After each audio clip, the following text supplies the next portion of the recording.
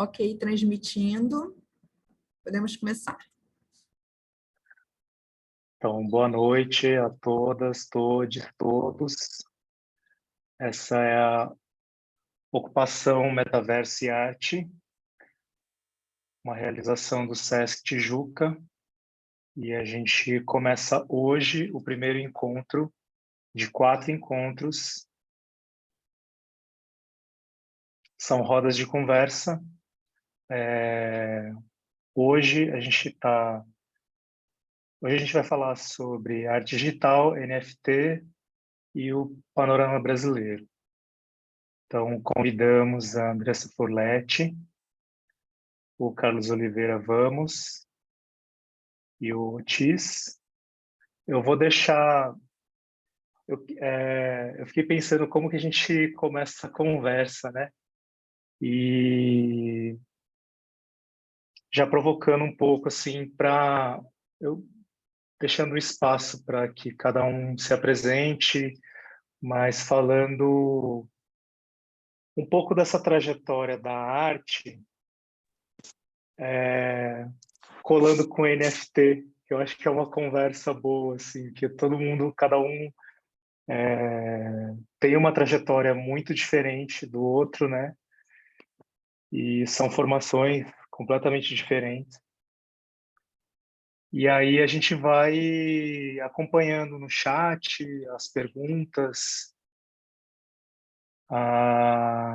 Tem uns temas, né, que a gente levantou que vocês já podem trazer se vocês quiserem, sobre a popularização no Brasil dos NFTs, arte e cultura digital, desenvolvimento de comunidades, fica bem específico vamos também falar da CryptoArt BR.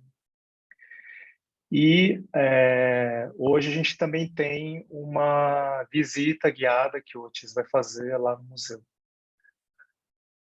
Então é isso. Acho que Andressa, pode começar até nessa ordem, assim, Andressa, Vamos e Otis. Boa noite, pessoal. Sejam todos bem-vindos. Olá, boa noite. Bom, meu nome é Andressa Forletti, né? Como já foi dito, eu sou artista multidisciplinar, sou de Belo Horizonte, mas moro em Nova York já há 15 anos, mas não perdi minha conexão com o Brasil, estou aí todo ano, sou cofundadora da única companhia de teatro brasileiro aqui de Nova York, e acabou que eu entrei nessa coisa das NFTs, assim, porque eu sempre tive uma prática assim, de criação de obras que estavam mais relacionadas com o mundo das artes visuais do que com o teatro ou com o cinema. Eu tenho uma formação bem diversa também, né, em biologia, teatro, cinema. E não se encaixava, né?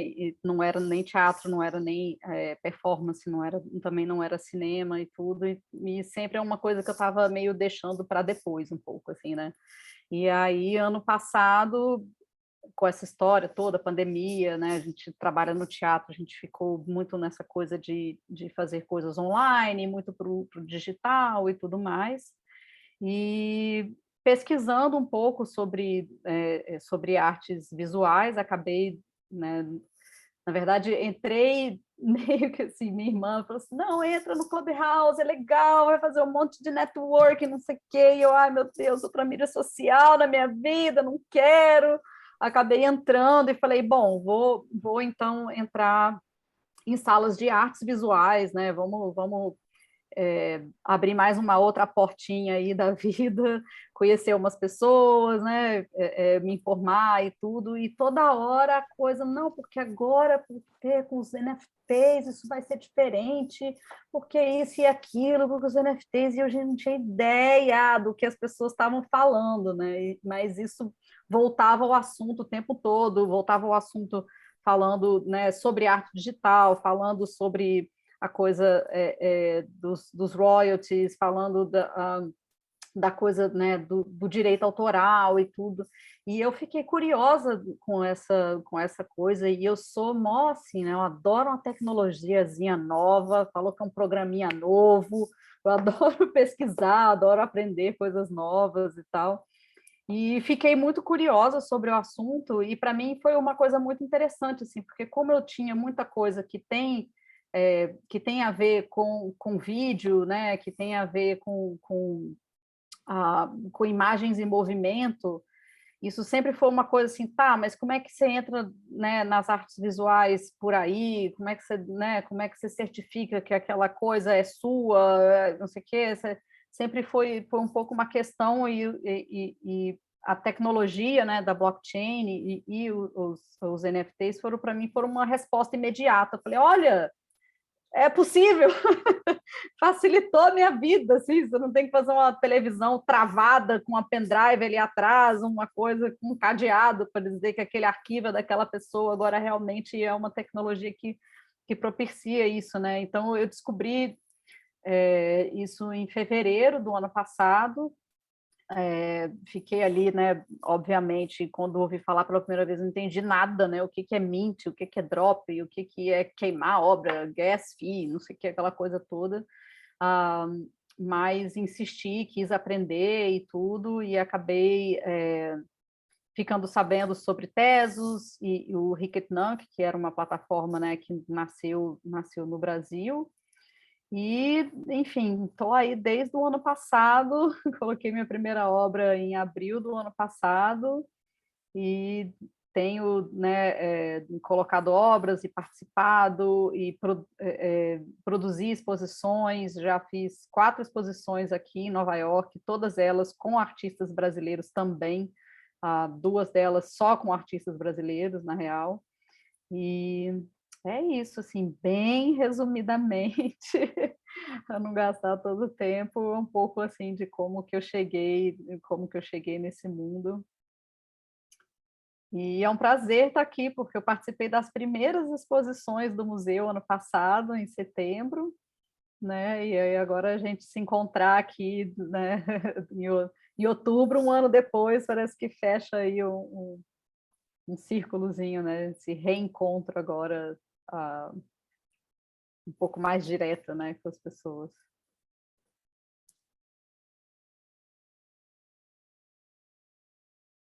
Bom, prazer aí, Andressa. Não tive a oportunidade de conhecer antes, achei muito legal sua trajetória. E vou aproveitar para me apresentar também. Eu sou o Carlos, mas eu utilizo o nome Vamos na internet.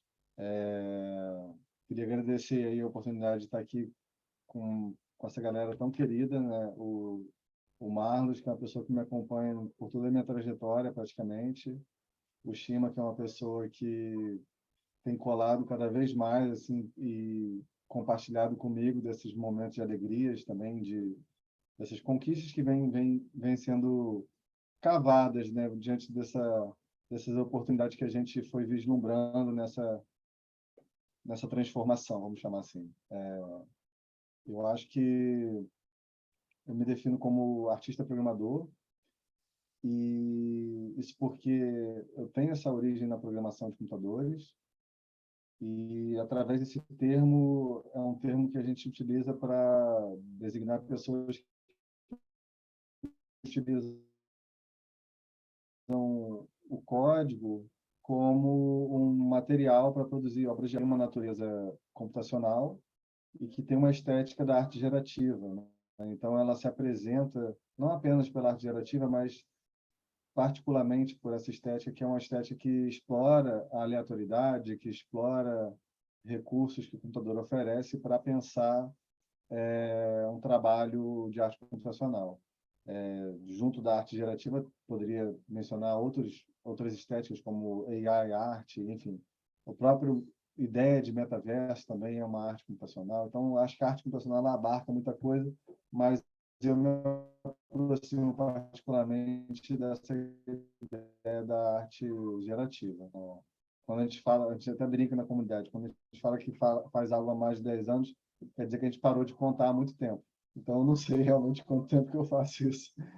mas desde que eu me entendo por gente, eu utilizo o computador como um meio de me expressar, né? Então, mesmo quando eu comecei a aprender a programar, eu estava ali já querendo explorar as possibilidades criativas daquilo que estava se revelando. Então, em 2020, voltando assim no tempo, né, eu estava num esforço de querer comercializar o meu trabalho e, e o Marlos me apresentou esse universo novo dos NFTs, ainda naquele momento onde não tinha estourado, né, como o fenômeno que foi em 2021. Então, no finalzinho de 2020, a gente começou um esforço de desbravar esse lugar, né? Eu não vou contar a história toda aqui, senão eu vou me antecipar, né, Chima? Acho que a gente tem que conversar sobre isso numa outra pergunta, mas estava ali naquele comecinho, né? Então, para mim, foi uma oportunidade muito certeira com o momento que eu estava também.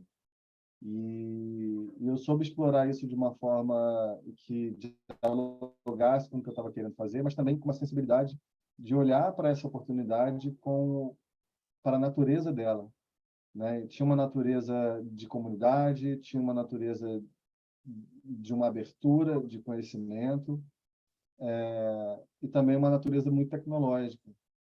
Então, são aspectos que me interessam muito, né? Eu já venho pesquisando ideias de comunidade, de abertura e de tecnologia no meu trabalho naturalmente. Então, tudo isso me interessou bastante desse universo que estava se revelando naquele momento. Então, essa curiosidade, compartilhando isso com outras pessoas, foi um momento muito especial. Assim, eu posso contar um pouco melhor depois, mas, em poucas palavras, eu sou o Val.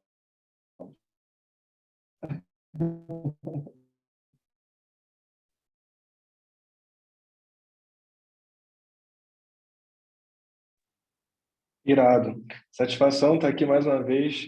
Foi um prazer. Vamos, Andressa, todo mundo aqui. Muitas referências para mim. E, bom, eu sou o Otis, né? Desde que eu me conheço por gente, eu tô fazendo arte. Quando eu era criança, eu brincava de desenhar carta de Pokémon, carta de Yu-Gi-Oh! Depois fui desenhando, tipo, capa de videogame de PlayStation 2. Então, sempre teve na minha vida. E aí, quando eu entrei na adolescência, eu comecei a olhar para grafite. Eu sempre andava nas ruas, assim, era algo que me impressionava bastante. Eu criei o nome Otis, então é um nome que eu carrego, assim, desde o início da adolescência. É um nome que eu criei para pintar na rua. Então eu venho desse background, né, mais da cultura hip hop e um pouco ali da cultura de game, de Yu-Gi-Oh, dessa parada um pouco mais nerd. Então eu sempre quis muito juntar essas duas formas, né, a arte mais do grafite com a arte digital. Então eu ia para a rua e levava uma GoPro e eu gravava todas as minhas pinturas e depois eu vinha para o computador e eu botava tipo elementos de 3D, eu comecei a modelar 3D tipo no início da adolescência. Aí fazia as latinhas de spray em 3D e botava durante esses vídeos. Então sempre juntando o grafite com essa arte digital. E aí passei por aquele campo, né, Photoshop, After Effects, e isso sempre me trouxe assim, falei, pô, isso é muito maneiro, eu sempre quis seguir essa linha. Então eu sempre olhei muito para novas tecnologias, sempre estava antenado nas novas atualizações, o que estava acontecendo nesse mercado. Eu tive a oportunidade de participar de um fórum que toda semana tinha a assinatura da semana, era Signature of the Week, porque na época de fórum, né, você tinha a foto de perfil e a foto de assinatura. E aí toda semana tinha esse concurso que tinha um tema específico e todo mundo do fórum, que era mais voltado para a arte, participava. Então era muita referência e aprendi muito sobre Photoshop, sobre arte digital naquele campo. Então sempre nessa intenção de juntar o grafite com novas tecnologias. E aí acontece que em 2020 em 2019 eu comecei a trabalhar com realidade aumentada. Eu estava editando um clipe de rap, né, fazendo VFX, efeitos visuais. Eu queria fazer um efeito de holograma e eu comecei a pesquisar como fazer holograma de VFX, de After Effects, né? E aí eu me deparei com Spark AR, com realidade aumentada, que era um holograma assim em tempo real, né, na sua mesa. Eu falei, pô, explodiu a minha mente. E aí eu comecei a estudar realidade aumentada. Em 2020 eu lancei o meu projeto Purple Valley, que é uma ideia que eu carrego desde 2016, que é um universo artístico onde eu brinco com alguns elementos. E foi muito importante para mim porque eu consegui me conectar com pessoas fora ali da minha bolha do grafite do Rio de Janeiro. Então, Purple Valley é meio que um marco assim na minha caminhada. Só que eu tive um problema depois que aconteceu, que naquela época de realidade aumentada era tudo início, muito início, e plagiaram o meu trabalho. E, assim, eu fiquei uma fase meio triste, porque foram anos na caminhada, né, de construindo a arte, e quando de fato eu consegui botar isso para fora ali, para o mundo, meu trabalho foi plagiado, e eu fiquei muito, muito triste e me afastei da arte. E aí eu sempre lembro do Emicida, que ele fala, quando os caminhos se confundem, é melhor você voltar ao começo. E aí eu voltei para a era dos videogames, e foi ali que eu conheci os mundos virtuais. Então, antes de eu saber o que é metaverso, eu estava construindo no mundo virtual o meu projeto, a Purple Valley. Então, eu fazia as roupinhas da Purple Valley, os prédios da Purple Valley. Isso em 2020, até que o Jean, que é um grande irmão meu, que a gente se conheceu em realidade aumentada também, e ele sabia que eu estava nessa fase meio para baixo, então ele sempre me procurava e perguntava como é que eu estava, e ele sempre me atualizava das paradas, porque eu estava tipo off de tudo, né? E aí foi num dia, no 7 de janeiro de 2021, a data que eu nunca vou esquecer, ele chega para mim e fala assim no WhatsApp: tu conhece criptoarte? Aí eu pensei, mano, como assim? A gente vive na internet, a gente vive arte digital e tem um termo que a gente não conhece. Tipo, foi algo que me chocou um pouco assim, né? Que eu falei, pô, o que é isso, mano? Criptoarte, como assim, tá ligado? E ele me mandou o texto do Uno. E ele estava super corrido nesse dia, ele só me mandou o texto e falou, mano, nem li, só lê aí, vê o que tu acha, depois tu me atualiza. E, para mim, na hora que eu li esse texto do Uno, o Uno de Oliveira, né, foi algo que eu falei, mano, é isso aqui. Porque lá falava sobre a autenticidade e a questão histórica do blockchain, né, da blockchain, e tudo que aconteceu comigo, questão de terem plagiado meu projeto. Na hora que eu li o texto do Uno, foi assim, foi em minutos, segundos. Eu falei, mano, é isso aqui que eu vou focar. E aí o Jean e esse texto do Uno e NFTs conseguiram me tirar dessa fase que eu estava um pouco mais para baixo, e aí eu foquei todas as minhas energias nisso. Então eu parei 5 meses da minha vida para entender o que é NFT, o que era blockchain, o que era Proof of Stake, Proof of Work, e eu tenho um background um pouco técnico, assim, eu cursei engenharia e ciência da computação, então foi muito interessante assim voltar a ver programação e entender a blockchain de fato. Então, eu fiquei 5 meses nessa, entendendo para eu poder mintar o meu primeiro trabalho, né?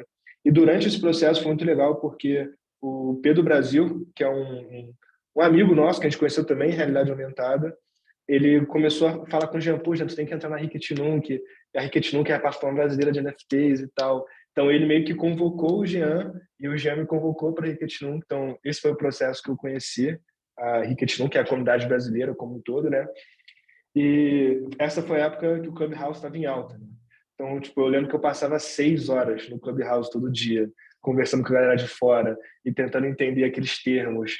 Então, foi uma fase muito maneira, assim, foi uma fase que, para mim, foi super importante, porque eu tinha acabado de sair de uma fase super em baixa e explodiu na minha cabeça. Falei, mano, essa tecnologia... E como eu vim dos jogos, dos games, sempre joguei muito Ragnarok, sempre RPG, para mim era muito nítido a importância de você ter a prova, né, de um item digital. Então eu falei, mano, como que nunca tinha pensado nisso em NFT, em criptoarte? Então foi algo que para mim já bateu de cara, assim, eu já entendi tudo de cara, vamos dizer. Foi só um processo de entender a tecnologia por trás. E aí nesse meio tempo de Clubhouse e Ricket, né, e tudo isso acontecendo, eu escutei sobre o CryptoVoxels, né, que hoje se chama Voxels, que é um mundo virtual que trabalha com NFTs, trabalha com blockchain. E aí a minha cabeça explodiu de novo. Foi algo assim, eu lembro que a primeira vez que me falaram a palavra metaverso, né, em inglês, eu perguntei no Clubhouse, o que é metaverso? Aí a pessoa falou assim, é a junção de realidade aumentada e realidade virtual. Aí eu pensei, pô, mas isso não é realidade mista? Tipo, eu falei, pô, mas isso não, sei lá, para mim não bateu na hora. Aí eu fui pesquisar, e eu descobri esses mundos virtuais, né, o CryptoVox, o Decentraland. E eu falei, pô, há 1 ano atrás eu já estava construindo num metaverso sem saber o que era. Então foi tudo assim, se linkando muito facilmente com uma experiência incrível. E aí eu mintei meu primeiro trabalho no início de maio, depois de meses estudando a tecnologia por trás, e a gente fez uma festa. Eu já estava, na real, comecei a construir a minha galeria lá no CryptoVoxels, montei toda a história do meu projeto, Aí mintei minha Gênesis, né, meu primeiro NFT, a gente fez uma festa no CryptoVox, foi bem legal. Convidei o Drink P. Pajé, que é um amigo meu, para tocar, um artista brasileiro, um músico brasileiro. E desde então a comunidade me recebeu muito bem. Foi muito legal assim ter esse amparo da comunidade e principalmente de me conectar com pessoas de fora, né? Como eu falei, assim, pessoas fora da minha bolha ali e com novos artistas. O que eu conhecia é uma gama de artistas ali do grafite, da realidade aumentada, depois explodiu para todos os outros campos da arte digital. E aí eu continuei a trajetória da Ricket Nunc, comecei a montar alguns trabalhos em Ethereum, entrei para No Orange, teve uma exposição da No Orange lá em Manchester, né, na Inglaterra, foi muito legal, meu trabalho estava do lado da Xcop, então comecei a conhecer essa galera mais assim, a galera ali de Ethereum. Então foi todo um processo muito mágico, assim, foi em 2021, desde 7 de janeiro ali, foi tudo muito mágico e desde então eu percebi que esse era o lugar para eu ficar. E aí acabou de eu conhecer o Marlos e toda a história do museu, a gente começar a construir o museu, a essência do museu e todo mundo que faz parte da equipe hoje. E depois de me conectar com o Fábio Ema, né, que é um grafiteiro, como eu vim do grafite, o Fábio Ema sempre foi uma figura assim para mim. E acabou que do nada teve um dia a gente estava fazendo a festa, se não me engano foi a festa do Crypto Rastas no museu, e aí brotou o Fábio Ema lá, eu falei, caraca, será que é o Ema mesmo? Aí eu comecei a conversar com ele, vi que era ele mesmo, e, então, tipo, foi legal que eu me reconectei com essa minha fase do grafite lá da adolescência e também com novos artistas. Então, basicamente, essa é a minha história, desde de começar a desenhar cartinha de Pokémon até passar por todo esse espectro. E hoje eu sou bastante focado em realidade virtual. Então eu pinto meus quadros em realidade virtual, né? Eu visto aquele headset e faço minhas pinturas abstratas. Tem até uma aqui atrás. Aqui. Essa pintura ela foi feita em realidade virtual. Eu mandei imprimir no formato de tela. E eu vou sempre misturando, né? Realidade aumentada, realidade virtual, a minha essência do grafite e o espectro de arte digital. E, bom, esse sou eu. Agradeço aí a oportunidade de estar aqui conversando com vocês. Grandes ídolos aí para mim da comunidade brasileira. Maravilhoso. Puxando um gancho que você falou das comunidades, né? Acho que eu ia voltar um pouco pro Vamos e trazer a Andressa também, que estava no começo, né, junto com todo mundo ali, mas era tudo muito paralelo, né? A gente está, de fato, se encontrando hoje, assim. Até para você falar, assim, para a Andressa depois também falar um pouco sobre impressão de comunidade, assim, como que ela começou a construir a comunidade, ou fazer parte de uma comunidade, qual que é essa impressão hoje. Queria abrir com o Vamos, falando da CryptoArt BR, né, desse projeto, da gênese de hoje, caminhos. Vamos lá. Essa é uma história muito legal, né? Porque muito antes da ideia de criptoarte, eu venho buscando desenvolver redes sociais fora das redes sociais dessas plataformas corporativas, né? Então, já venho fazendo plataformas digitais que possibilitariam uma conexão entre as pessoas. Aí, meu próprio mestrado foi sobre isso, né? Eu criei uma plataforma chamada Encontros Digitais, que é um espaço de aprendizado em arte e tecnologia. E a verdade é que sempre foi um esforço meio frustrado, porque é uma grande dificuldade você criar um espaço na internet fora do que já está estabelecido, diga-se Instagram, Facebook, Twitter e todas essas plataformas. Porque a gente se habituou a utilizar a internet nesses lugares estabelecidos. Então, existe uma barreira de comportamento humano muito difícil de romper, que faça com que a gente deixe de usar o Instagram para usar alguma coisa nova. Então, essa barreira ela é sempre muito difícil de superar. Então, quando surgiu a coisa da criptoarte, era, éramos um grupo de amigos, eu e Marlos conversando, depois chegou o Uno, depois chegou o Shima, e foram chegando algumas pessoas Em uma semana éramos 9, em 2 semanas saltamos para 30, e em um mês éramos mais de 100 pessoas num grupo de Telegram, e quando chegou a 300 pessoas nesse grupo, assim, com pouco tempo de vida, a gente migrou para o Discord, né? Ninguém sabia usar Discord naquela época direito, então foi uma grande aventura para a gente aprender a usar o Discord. Mas eu achei esse fenômeno muito interessante, porque a gente conseguiu romper essa barreira comportamental de utilizar ela fora dessas redes sociais. E eu fiquei muito tempo pensando sobre isso, né? Eu acredito que um dos fatores que ajuda a explicar isso é que o nosso tempo ele é muito precioso e a gente usa essas plataformas, e o que a gente está fornecendo para essas plataformas é o nosso tempo, é uma economia da atenção. Nossa atenção está voltada sobre essas plataformas e elas comercializam essa atenção. Então, quando a gente cria um mercado de arte digital através da criptomoeda e a gente encontra nesse espaço de comercialização uma maneira de ser restituído pelo nosso tempo, de ser restituído pela nossa atenção, a gente ameniza um pouco dessa barreira de adentrar num espaço que a gente não estava habituado antes. Então, eu diria que o que proporcionou esse crescimento super acelerado foi, de fato, as pessoas estarem sendo pagas pelo seu tempo, né? E ali, naquele momento, a gente via diversas realidades, né? A gente tinha o caso do Uno, que na época era diretor da Globo, e tinham pessoas de periferia. Então, pô, o próprio Jean, que já foi mencionado aqui. Então, a gente tinha uma realidade discrepante e era lindo ver como que algumas dessas pessoas que estavam sujeitas a um mercado que explorava essa mão de obra, que é uma mão de obra barata, uma mão de obra criativa que produzia arte para agência de publicidade, enfim, tudo isso, que às vezes trabalhava horas para poder entregar uma peça e sendo pago por R$ 300, entrando no espaço de criptoarte, colocando o seu trabalho e sendo remunerado de uma forma muito superior ao que eles estavam acostumados. Então, foi de fato uma equação matemática ali que subvertia muito essa ideia dessa exploração de uma mão de obra barata criativa brasileira. Então, eu hoje entendo esse fenômeno dessa forma, né? Isso ajudou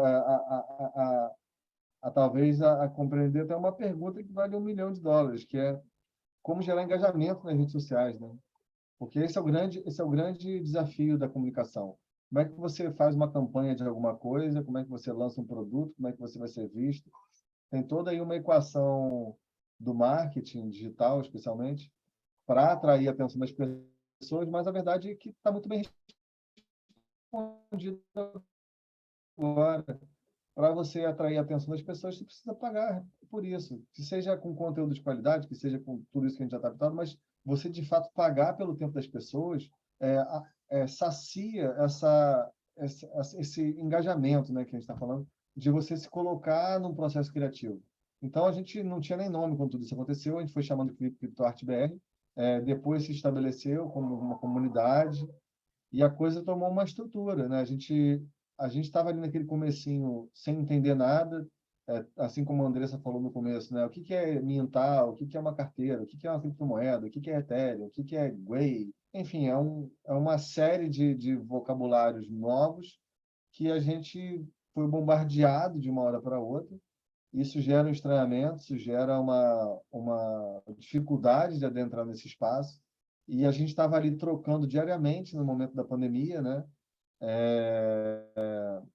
E eu comecei a organizar esse conhecimento no documento. Criei um Google Docs, que é uma coisa que eu já faço naturalmente quando estou aprendendo alguma coisa nova, e compartilhei isso para as pessoas poderem acompanhar aquela organização, porque todo dia era muita novidade, era muita coisa acontecendo.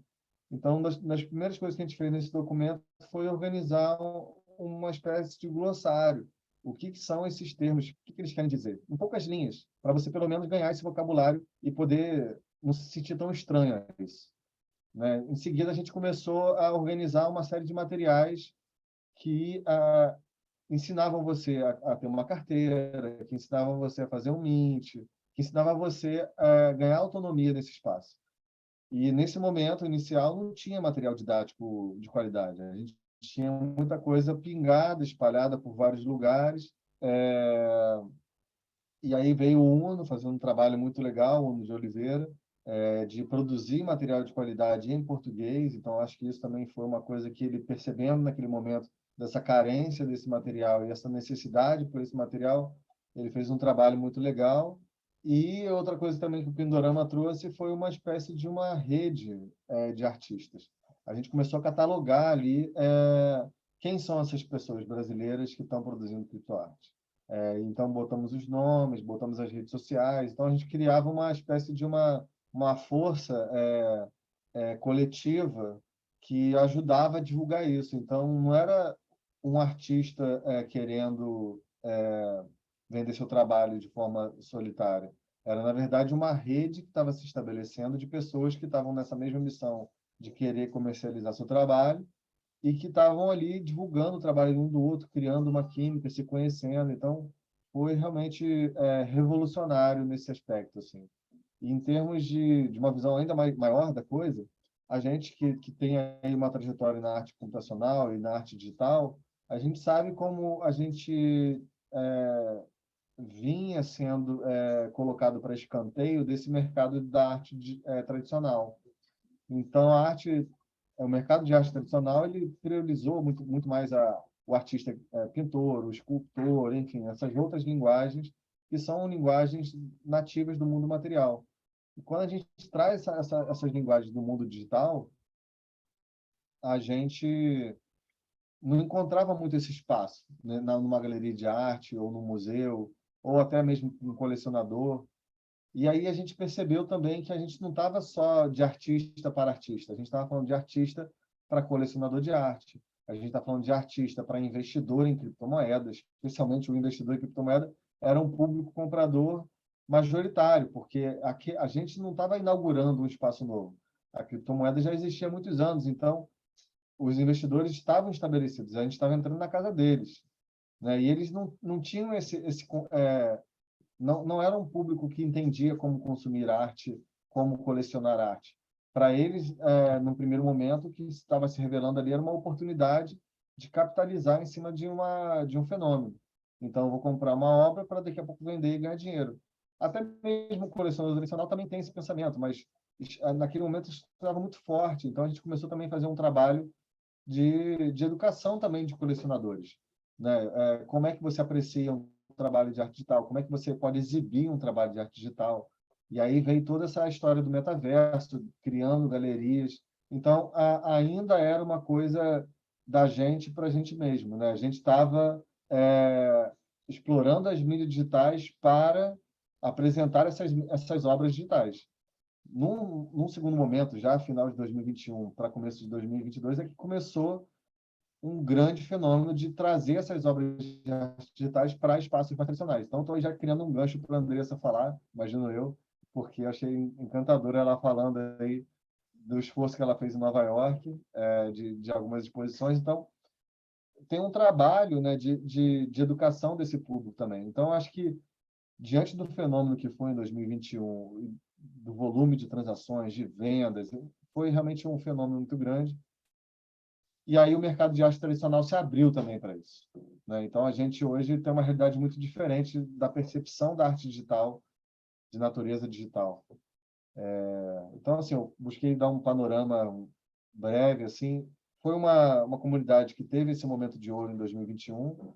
No final de 2021, tinha muita coisa acontecendo, começou a acontecer vários outros polos de comunidade surgindo, e eu acho que fechamos um ciclo ali, né, naquele momento. A comunidade ela continua existindo, o Pindorama continua funcionando.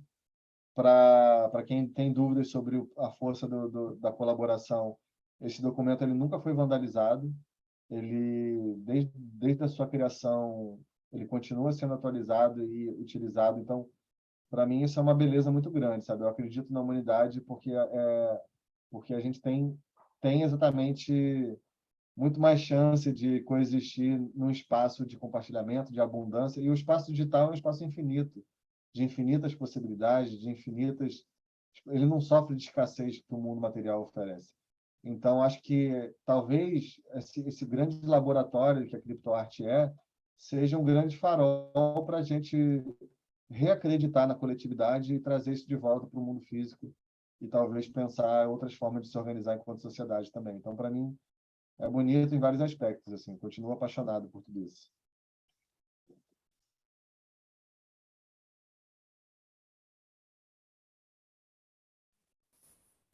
Eu que entro?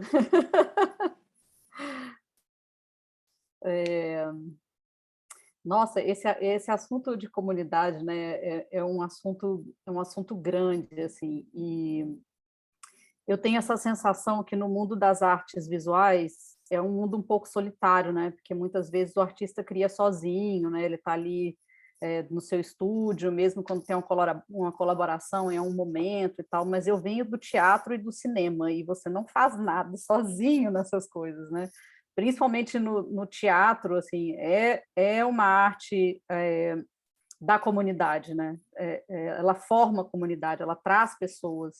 Então, isso, para mim, a força da comunidade, a importância da comunidade é uma coisa, para mim, que não foi novidade, foi interessante ver as pessoas descobrindo isso, sabe?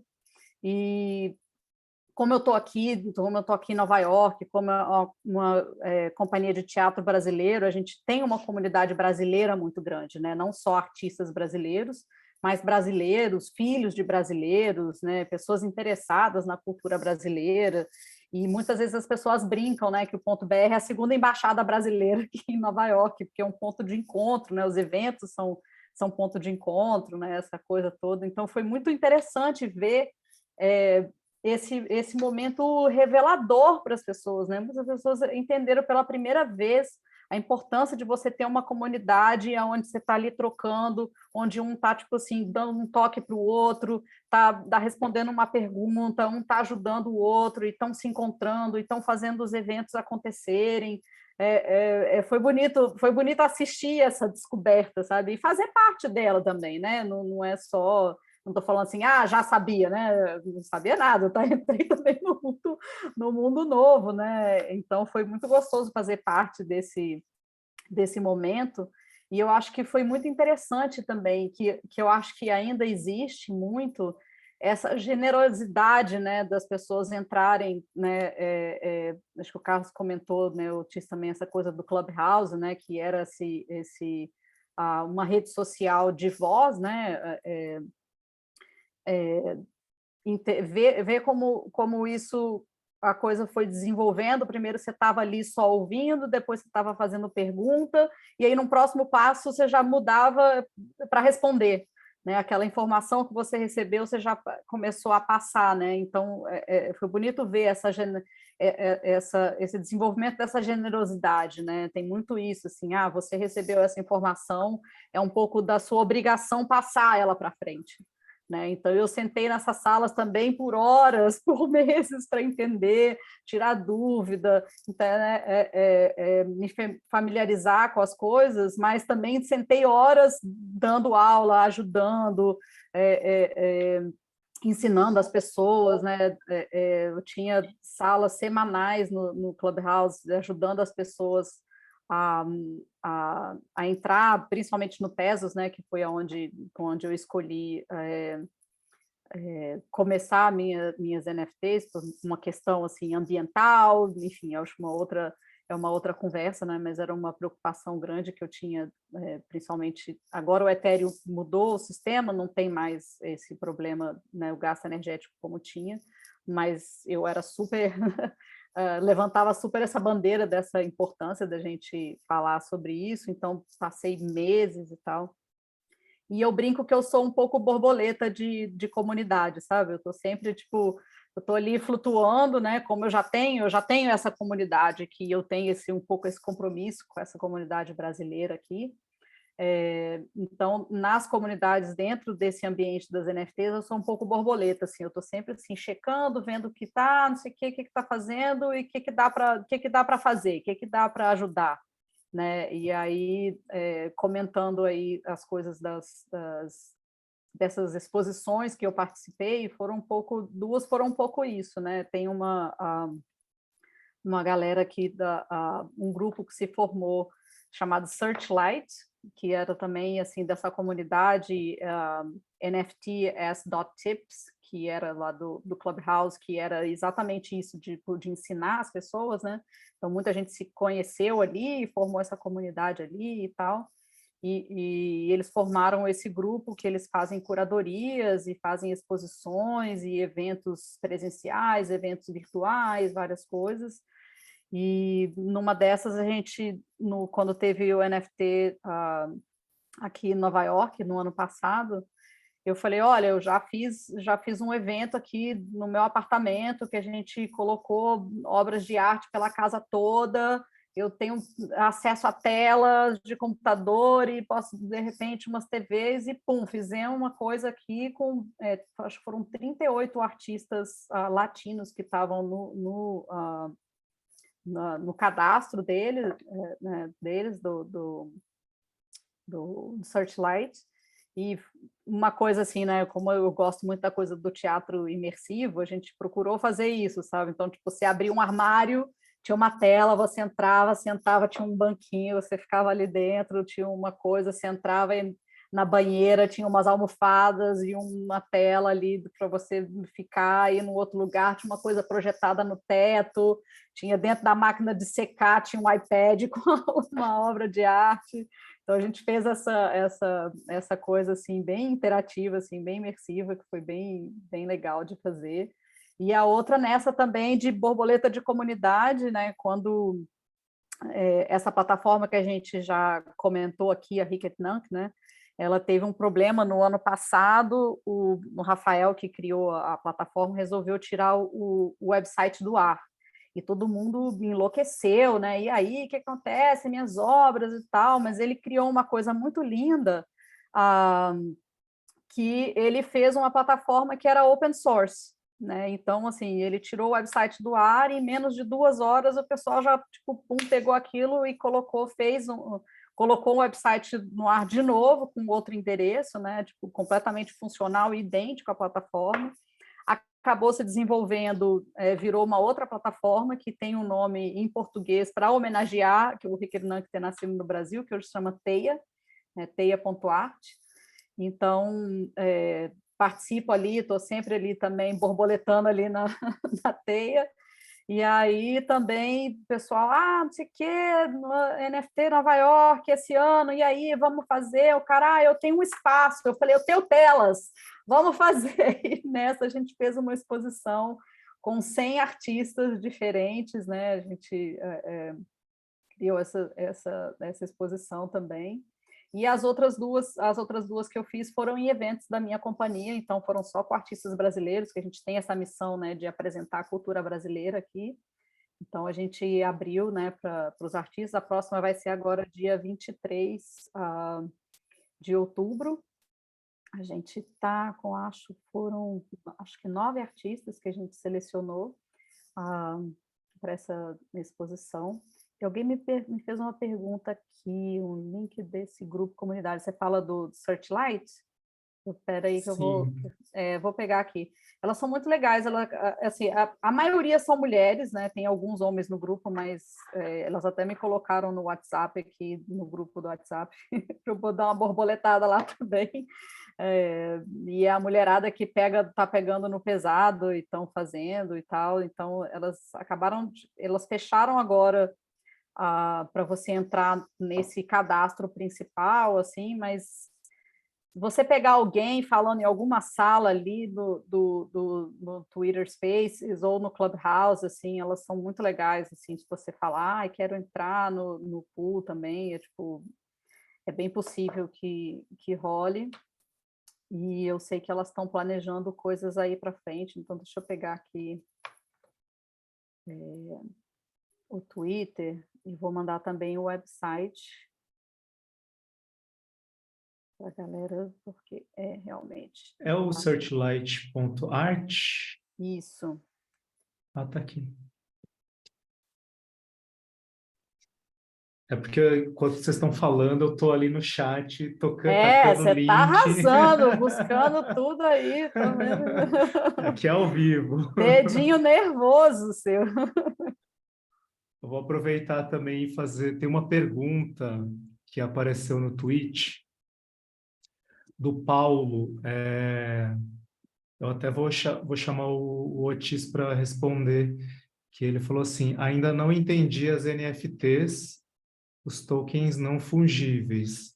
Nós também não, para ficar tranquilo, porque tudo todo dia muda um pouco, mas o Otis tem uma explicação muito poética e técnica que eu acho muito legal sobre blockchain e NFT. Aí queria te chamar para responder essa pergunta. Boa. Só complementando, né, a conversa anterior, a importância da comunidade da CryptoArt BR, também da Searchlight, que fiz parte no passado, foi muito maneiro. Então, essas comunidades, NFT é muito sobre isso, né, sobre comunidade. Tanto a Ricketinum quanto a Teia, enfim. Mas respondendo a pergunta da Twitch, NFT, né, que a tradução significa, né, Non-Fungible Tokens, tokens não fungíveis, existem milhares de formas de explicar o que é. Mas eu acho que para mim, quando eu vou explicar assim, de uma forma prática, é o seguinte: sabe quando você vai numa loja, você compra a camiseta, uma peça de roupa, e você ganha aquele comprovante de que você fez aquela compra? O NFT basicamente é isso. É o comprovante daquela compra. Então, na real, tecnicamente, né, é você poder provar posse de um artigo digital, né? Pelo menos é assim que eu visualizo hoje. Então, você pode provar posse de uma arte, que aí já gera um movimento de criptoarte. Você pode provar posse de terrenos digitais, que aí você já entra no campo de metaverso. E você até pode provar posse de experiências atreladas ao mundo físico, né? Existem alguns protótipos aí de você comprar um NFT e você tem um programinha no teu celular que quando você conecta a tua carteira e você tem aquele NFT, você abre a porta do seu carro, você abre a porta da sua casa. Então, basicamente, de uma forma muito resumida, NFT é uma forma de se provar posse no mundo digital, né? Essa é a minha visão. E aí, claro, tem a parte mais técnica. NFTs vivem na blockchain, né? A blockchain é um grande livro-razão aberto, né? Pelo menos as principais blockchains hoje são abertas, são públicas. Então, tudo você consegue visualizar essas transições como se fosse um grande banco de dados, e assim, fazendo um paralelo um pouco não tão saudável, mas para entender de forma prática, a blockchain é como se fosse um grande drive, onde você consegue, qualquer pessoa no mundo consegue entrar ali, né, nas principais blockchains que são abertas, qualquer pessoa no mundo pode entrar e visualizar essas transições, o que acontece lá dentro. E os NFTs é uma das coisas que vem na blockchain, né? Existem os contratos inteligentes, que são programas, tem também as transições de criptomoedas. Então, basicamente é isso. A blockchain é meio que a infraestrutura por trás e os NFTs é uma forma de você provar posse usando essa infraestrutura, né? E aí, no nosso caso, como artistas, como os colecionadores, a gente usa NFTs para provar posse de arte. E aí, como eu falei, né, gera o movimento da criptoarte. Acho que essa é a forma mais sutil de explicar o que é, sem entrar em termos super técnicos, né? É que tem aquela... todo mundo fala que o termo em si, né, NFT, é um termo ruim, né? Inventaram um nome ruim para a coisa, né? Então, às vezes, confunde as pessoas. Não fugir, o que é isso, né? Mas, eu gostei dessa explicação, viu? Vou roubar. Tem aquela... Da outra vez você ainda falou de um jeito, assim, que são palavras-chaves, assim, né? De descentralizado, atemporal, auditável, Isso. incorruptível. Eu acho bem interessante pensar que na verdade também essa segurança, é a segurança que o mundo físico sempre prometeu, né? Então, os cofres, as senhas, os livros, mas nesse mundo físico é tudo muito Quem vigia o vigilante, né? Quem audita, né? O auditor. Então, acho que na blockchain isso fica muito evidente que a tecnologia garante essa segurança, né? Sim, eu queria complementar. Eu lembro de uma vez que estava num evento de novas tecnologias, a galera falando de realidade virtual. Aí chegou uma pessoa para mim e falou assim: cara, até hoje eu não entendi NFT. Aí eu dei esse exemplo para ela e falei assim: ó, tá vendo essa sua bolsa? Quando você comprou essa bolsa, você não ganhou a notinha? A notinha é um NFT, só que digital, né? A notinha, se você tivesse a notinha digital, seria NFT. Aí lá, agora eu comecei a entender. Aí eu falei: então já é. Então daqui a pouco o teu apartamento pode ser um NFT. Ela, não, pô, aí tu quebrou para mim, agora eu já não tô entendendo mais. Aí eu falei: é por isso mesmo, é porque tipo, é muito amplo, sabe? Depende, é uma forma de se provar posse. E acho que só para explicar, né, já que a pergunta foi feita, né, o que significa, né, ser não fungível, né, non-fungible. E fungível, né, quando você tem um valor que é o mesmo valor do, por exemplo, né, acho que o exemplo mais clássico é as moedas, né? Então, eu tenho uma moeda de R$1, você tem uma moeda de R$1. E aí, se eu te dou essa moeda e você me dá a sua moeda, a gente continua tendo o mesmo valor. Então, isso seria fungível, né? São coisas que são fungíveis. E aí, pelo outro lado também, que é o exemplo mais clássico, é o exemplo da Mona Lisa, que você tem o quadro da Mona Lisa e você não consegue, sei lá, pegar aquele quadro e trocar por uma outra pintura, né? São valores diferentes. Então, o termo, né, non-fungible token, ele vem daí. É um token, né? Ele vive na blockchain, né? E ele é um valor que não é fungível, né? Cada pessoa vai enxergar um valor ali. Tecnicamente, ele seria único.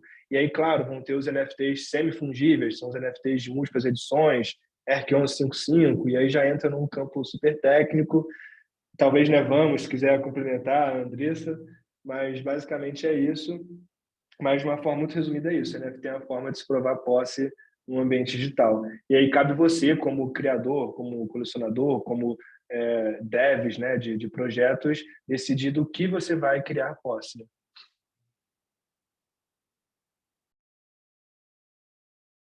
Tá super bem Surgiu explicado. uma... Tem uma dúvida aqui do Marlos. O Marlos levantando a bola, né? Aí fica fácil. Ele pede para falar sobre NFT e arte gerativa. Bom, acho que a arte gerativa ela teve um momento ali de protagonismo, né? Bem no comecinho, porque tinha uma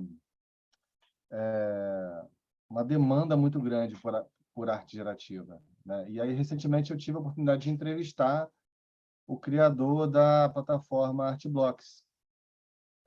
E aí, eu perguntei para ele como é que foi que começou. Né? A Artblocks, para quem não conhece, foi a principal plataforma de vendas, assim, líder de vendas no auge das vendas das NFTs. Né? Durante 2021 inteiro, foi a responsável por mais de 30% das transações. Assim. Então, era um fenômeno, realmente. Não inventei essa porcentagem, tá? Acho que deve ser mais ou menos que isso. Mas era uma coisa assim absurda de quantidade de vendas, né? E aí, eu conversando com o criador da plataforma, ele me contou o seguinte: olha, eu já vinha programando para fazer arte, como eu acabei de explicar, que eu também faço. E ele veio fazendo isso há um tempo. E aí, quando ele viu a ideia das NFTs, isso bem no comecinho, 2017, 18, se não me engano, acho que não, talvez 2019, não sei. Alguns anos antes de tudo acontecer, ele teve essa ideia de fazer um mint de uma obra onde você apertar o botão, você comprava uma coisa que você não sabia o que era. Por quê? Porque ele teve a oportunidade de comprar vários CryptoPunks e ele achava um pouco sem graça a experiência de compra, porque quando você chegava para comprar um CryptoPunk, você escolhia quais são os CryptoPunks que você queria. Então, ele comprou vários zumbis, ele comprou vários daqueles que são raríssimos. Ele podia selecionar com o olho dele o que ele achava interessante, e ele tinha ali um domínio sobre a raridade daquele processo, que era um processo procedural. Então, ele teve a ideia de que a compra deveria ser cega. Ou seja, você aperta o botão de compra, você paga, e depois você vê o que você comprou. Isso gerou uma certa comoção, assim, porque as pessoas compravam um trabalho de milhares de variações, porque a arte gerativa ela permitia que você fizesse um único código, e a cada vez que esse código executava, ele produziria um resultado visual diferente. Então, você programava um quadro para dar milhares de variações diferentes. Então, quando ele lançava uma coleção na plataforma do Artblocks, o artista ele definia um número limite de variações que aquele trabalho iria ter. Então, por exemplo, eu poderia ter 500 variações de um trabalho. E aí, quando você lançava o trabalho, ele ficava disponível para venda, isso esgotava em 2 minutos, 3 minutos. Você fazia 500 vendas em poucos minutos. Era uma coisa assim difícil de explicar. Conhecendo um pouco mais a dinâmica deles, eu entendi que eles tiveram um trabalho não apenas de pioneirismo, porque teve essa inovação na forma como era vendida, teve uma inovação no sentido de que você poderia comprar um trabalho que fazia parte de um todo. Então, essa ideia desse colecionismo, né? Quando você compra um CryptoPunk e você tinha lá... Eu não estou comprando só um trabalho de arte, eu estou comprando um trabalho que me inclui como membro de uma rede maior. Então, quando você compra um trabalho desses de grandes coleções, de centenas de variações, tem um pouco desse sentimento de você pertencer ao grupo de colecionadores daquele trabalho. Então, a cada lançamento no Artblocks tinha um pouco desse sentimento. Você comprava uma dentre várias. E aí, mais do que isso, ele colocou um sistema automático que consegue avaliar quais propriedades daquele trabalho tem em outras variantes. Então, por exemplo, vamos dar um exemplo bem básico. Imagina que você tem um trabalho que tem um grande círculo no meio. Esse círculo ele pode ser verde ou azul. E aí, 50% dos círculos tem chance de ser verde, 50% tem chance de ser azul. Beleza, assim não tem nenhuma raridade, está tudo equiparável. Só que, se você coloca uma terceira cor que ela tem 1% de chance de acontecer, isso já cria uma raridade maior, isso gera uma atração muito grande por esse comprador que estava ali naquele processo de curiosidade, querendo descobrir o que aquele trabalho que ele estava comprando poderia se tornar. Então, já tinha um pouco desses fenômenos. Mas, mais do que isso, como ele estava nesse momento certo, na hora certa, com uma fórmula legal, ele também criou uma comunidade muito, muito forte de compradores. Então, todos os grandes compradores de criptoarte estavam nessa comunidade deles, que era um Discord do Artblocks. E, mais do que isso, eles criaram um ritual para fazer a venda. Quando você estava prestes a lançar no Artblocks, tinha um horário agendado. No horário tal, vai ter o lançamento, e tinha uma entrevista de alguns 5 minutos, 10 minutos com o artista, onde ele explicava o trabalho que iria ser lançado. Quando terminava essa entrevista e o trabalho ia para o ar, todo esse fenômeno acontecia.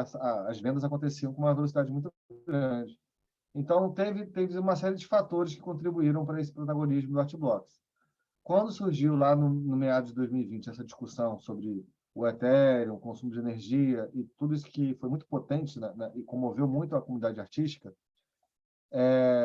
surgiu um dos grandes artistas que é um artista da arte computacional. Agora me fugiu o nome dele. Marlon, se puder, me lembra aí no chat.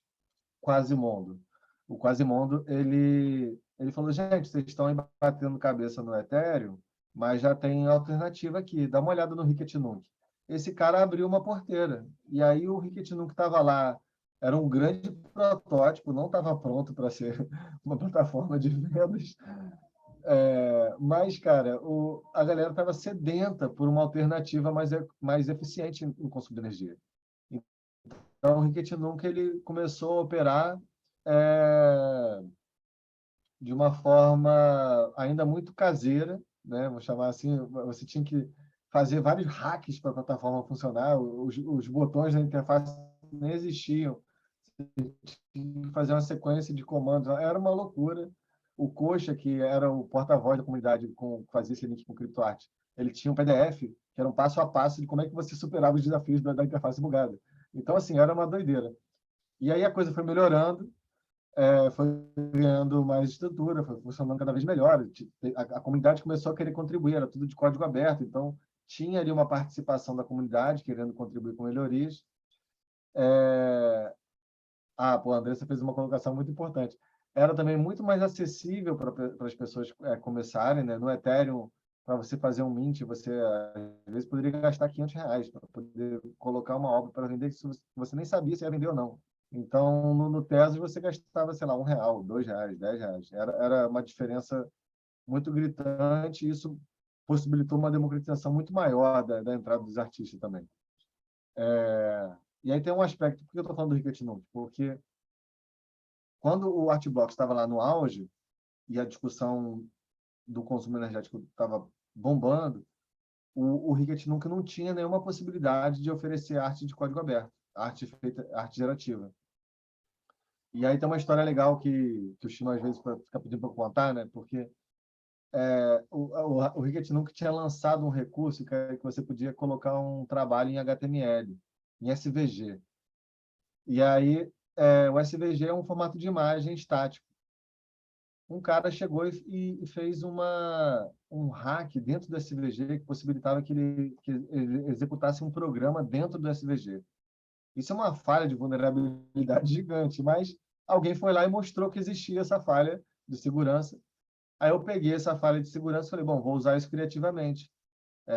Aí eu botei a biblioteca de programação criativa dentro do SVG e eu comecei a programar os quadros dentro do SVG. Então, eu subi o SVG dentro do Ricket Nunc, aí foi um fenômeno, porque a comunidade de arte gerativa, de artistas programadores que queriam colocar seu trabalho para vender, mas que não estavam de acordo com o Ethereum, encontraram um espaço.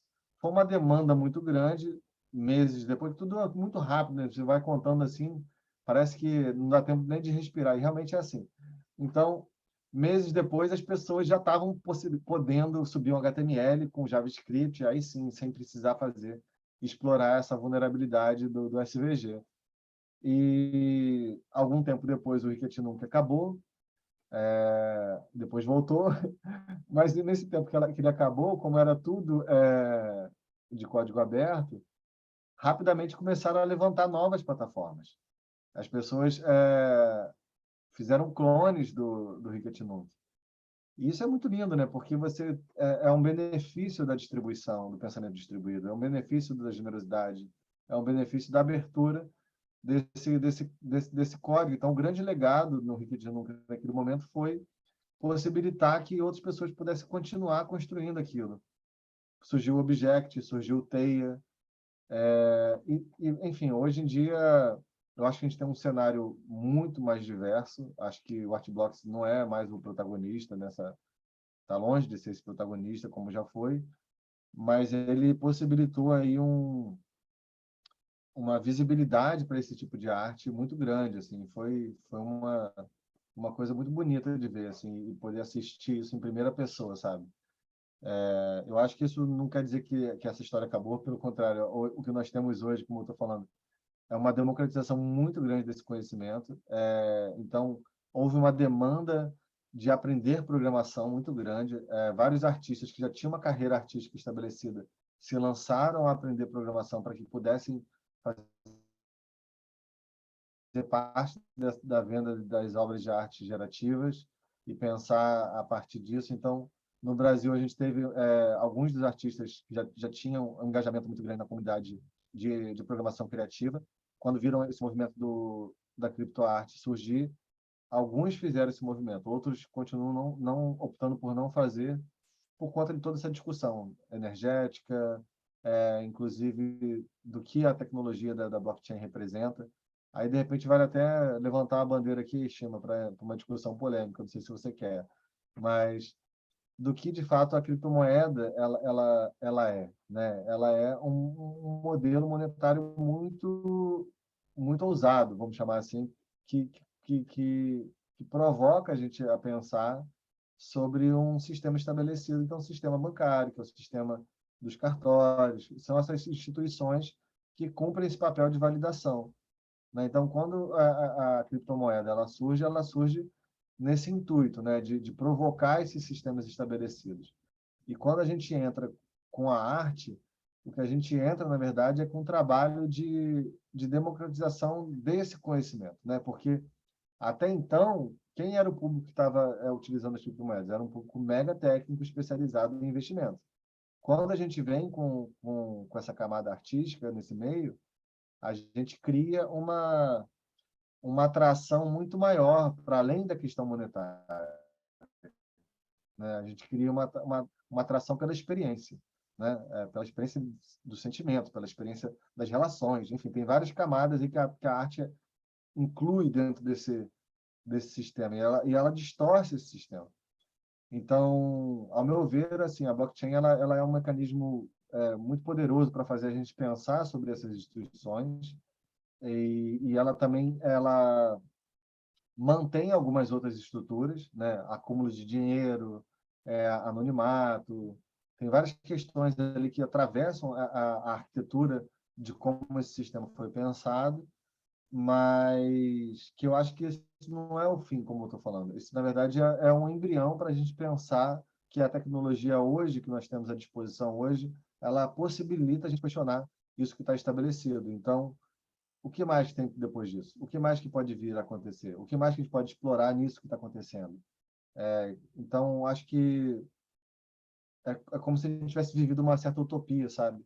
E isso ainda está acontecendo em outros níveis, né? Então, para mim, é uma grande experiência, uma grande jornada numa realidade quase que paralela, mas que ela tem um diálogo muito grande com essa realidade dura que é a vida, né? De trabalhar, de dar conta das coisas. Então, quando a gente sai desse universo e transita por esse campo da generosidade, por esse campo do compartilhamento, a gente se abastece, né?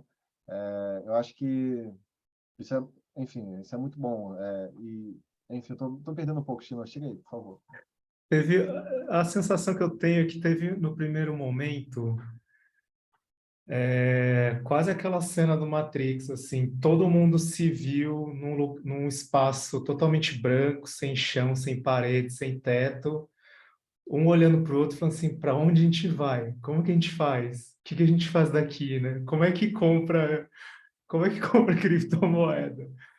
E aí eu acho que numa outra etapa, que para mim ficou muito evidente, foi a criação desse mercado de arte.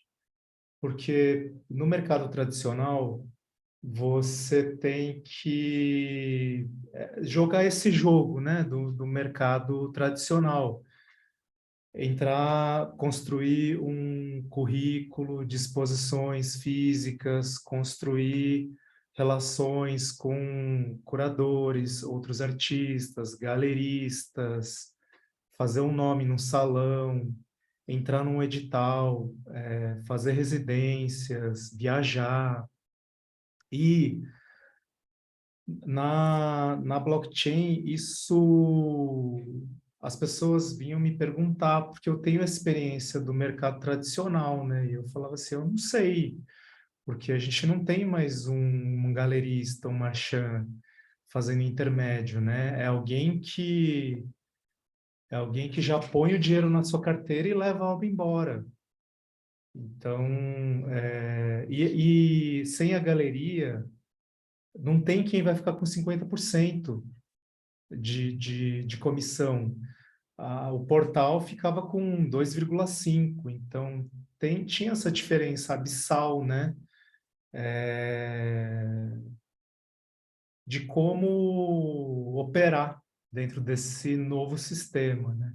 Aproveitando até, tem uma dúvida aqui da Creuza, que eu acho que vale para os três, que os três já vendem macaco velho de NFT.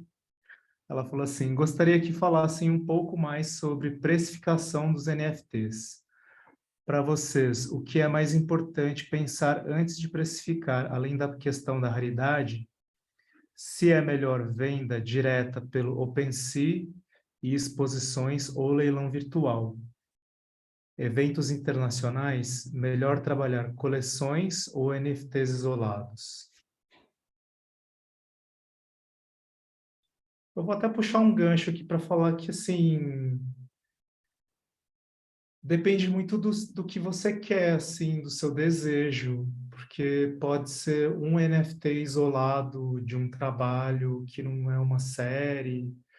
Acho que para mim, né, a sua pergunta reverbera muito no mercado tradicional, assim, que às vezes você fala assim, não, faz uma tiragem, faz X cópias. No mundo físico, fazer 100 gravuras, né, 100 litos, é outro tempo, é outra materialidade, é outra lógica, que às vezes pro generativo, pro gerativo envolvem outras programações, né? Essa é a minha opinião, mas aí vocês... Vou jogar a minha coisinha aí, que geralmente é o que eu respondo quando as pessoas perguntam sobre isso, né? Eu acho assim, tem muitas coisas que vão influenciar o valor da sua obra. E uma delas é o quanto você quer vender a sua obra, né? E também tem a ver com quem são os seus colecionadores. Você tem colecionadores dentro do mundo digital? Você tem colecionadores no mundo físico? Eles estão interessados em comprar no mundo digital? Eles estão interessados em NFT?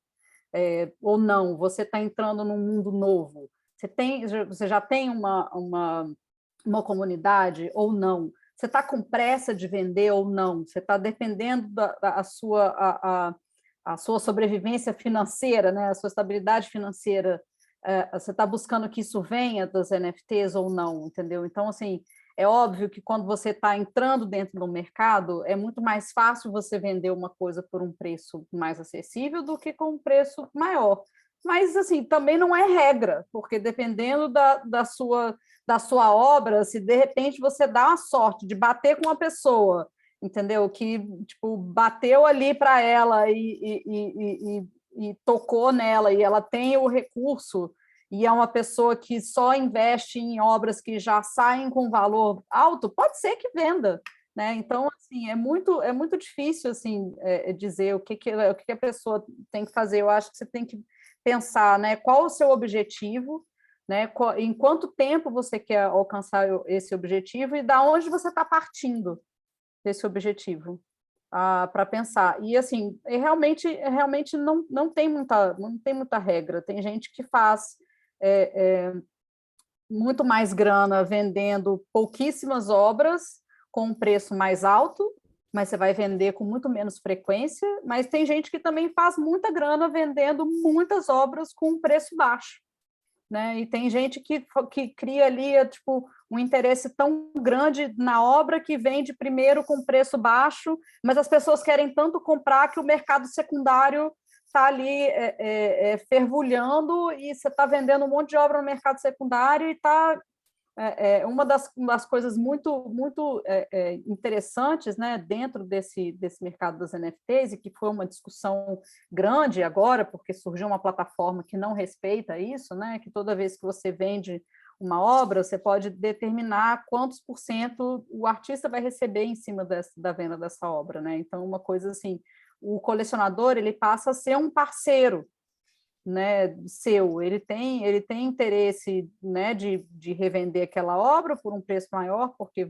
ele vai ganhar, e você, como artista, também passa a ter o interesse de não ficar chateado que a pessoa vendeu sua obra, tipo assim, não gosta mais de mim, o que está acontecendo? Não, você ganhou em cima também. E eu acho que é interessante trazer isso para os colecionadores, porque é claro que a pessoa, quando vai vender, né, pode pensar assim, eu vou dar um jeito de vender aqui por fora e tudo para esses 10% ou 15% ou até 20%, dependendo, vou ficar com essa porcentagem em vez de dar para o artista, né? Mas passa a ser interessante para o artista continuar investindo naquela obra, mesmo depois de vendida.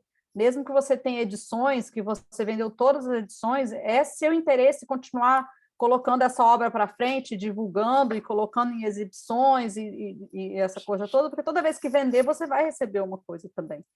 Então, assim, são todas essas coisas, assim, realmente não tem uma resposta pronta, porque isso vai realmente de cada um, né?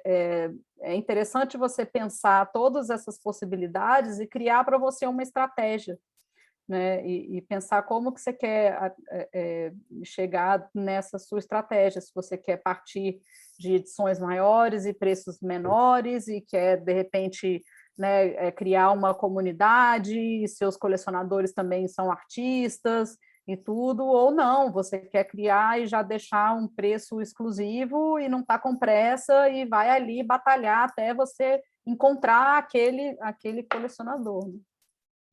É isso. Acho que é importante que você falou, Andressa, também, que isso é inédito no mercado, porque o digital permite você receber uma comissão pelas vendas secundárias, né? Então, ad infinitum, como você estabelece no contrato, né? Essa porcentagem.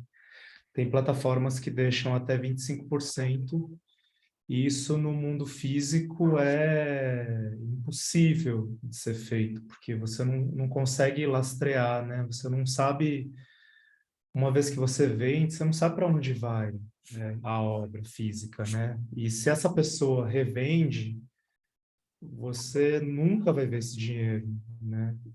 Então, acho que essa é uma vantagem. E eu também acho que é uma vantagem desse universo digital a gente poder errar, a gente poder cometer enganos, porque no mercado físico, se você começa errado, é difícil, muito mais difícil de consertar, né? Ali na plataforma, você ainda consegue colocar outro preço, remarcar, né? Dependendo de como vai a sua carreira, você vai também se posicionando, né? Se reposicionando. Tem uma... Você quer falar, Andressa? É rapidinho, assim, só porque, ao mesmo tempo que você está falando dessa possibilidade de errar, tudo isso vai ficar marcado. Quantas obras você mintou, se você decidiu queimar algumas, toda vez que você colocou a leilão, toda vez que você colocou a venda, se você subiu o preço, se você desceu o preço, se a pessoa vendeu por um valor ou por outro, isso tudo está rastreado. Então, assim, é mais ou menos, né? Os erros também tão gravados, né? Então, eu sei que no primeiro momento estava todo mundo assim, não, faz, minta, não sei o quê. A gente, calma, põe a cabeça no lugar, pensa aí também isso é uma coisa que está gravada aí, sabe-se lá para quando, até enquanto essa blockchain existir, essa informação está aí, então, tipo...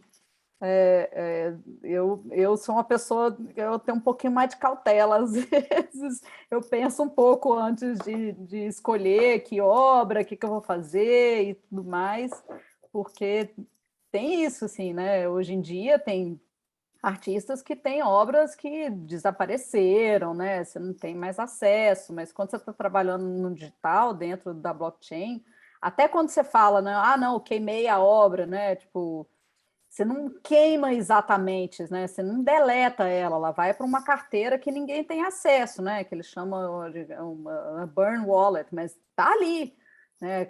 Essa coisa ainda existe, né? De certa forma. Então, só para Assim, fazer. mas em termos práticos, acho que a resposta da Andressa foi ótima. Em termos práticos também, eu recomendo se valorizar, né? Já que você pode reduzir depois, eu acho que o sentimento de você vender alto é melhor do que você vender baixo e se arrepender. Então, experimenta com isso, sabe? Você poder ir avaliando, assim, tipo, qual um termômetro, né? Onde que está meu preço? Onde que as pessoas estão reconhecendo que meu trabalho se encaixa, né? Em qual faixa de preço se encaixa? E o que a Andressa falou é muito importante no sentido de que existe uma rede de relações que você vai precisar construir. Então, não adianta você chegar lá, vou botar meu NFT e vai vender. Não vai vender. Você vai ter que construir essa venda. Você vai ter que... porque, na verdade, é um grande diálogo.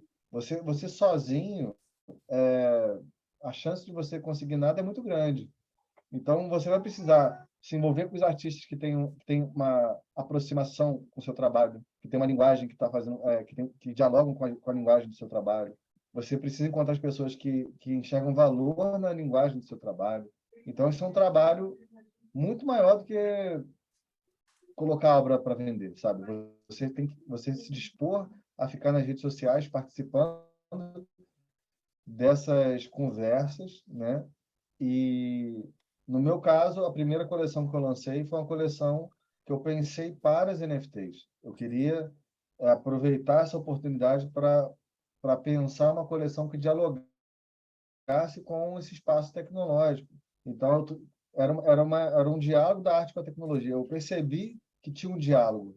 Eu entrei dentro desse diálogo e eu fortaleci um diálogo a partir dessa conversa que eu percebi, eu me inseri nela. Eu não tive que criar uma conversa completamente nova, sozinho, gritando: oi, gente, estou falando aqui sozinho, vem aqui me ver. Não, você percebe que já tem pessoas conversando e você se insere nesse diálogo. É muito mais fácil, fica muito mais fluido você transitar nesses espaços onde as pessoas já estão cultivando essas relações, criando esses rituais.